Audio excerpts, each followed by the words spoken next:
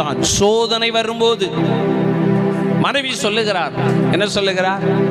தேவனை தூசித்து ஜீவனை விடும். நண்பர்கள் சொல்லுகிறார்கள், என்ன சொல்றாங்க? நீ தப்பு செய்ததனால தான் உன் வாழ்க்கையில தண்டனை வந்து. தப்பு இல்லாம ஆண்டவர் ஒருத்தனையும் தண்டிக்க மாட்டார். நல்லா கவனிங்க. புயல் வீசுகிறது, சாதாரண புயல் அல்ல. 10 பிள்ளைகள் ஒரே நாள் மரித்து போனார்கள். நமக்கு ஒரு சின்ன தலைவலி வந்தா, ஆண்டவரே உமக்கு இது தெரியாதா, கண்ணு இருக்கா காது இருக்கான்னு சொல்றவங்க இருக்கிறாங்க ஒரு அல்லேலூயா. ஆனா பாருங்க, அவன் வார்த்தையின் மேல ஒரு அஸ்திபாரம் போட்டிருந்தான். நல்லா கவனிங்க. இருக்கிறவங்க ஒரு அல்லேலூயா.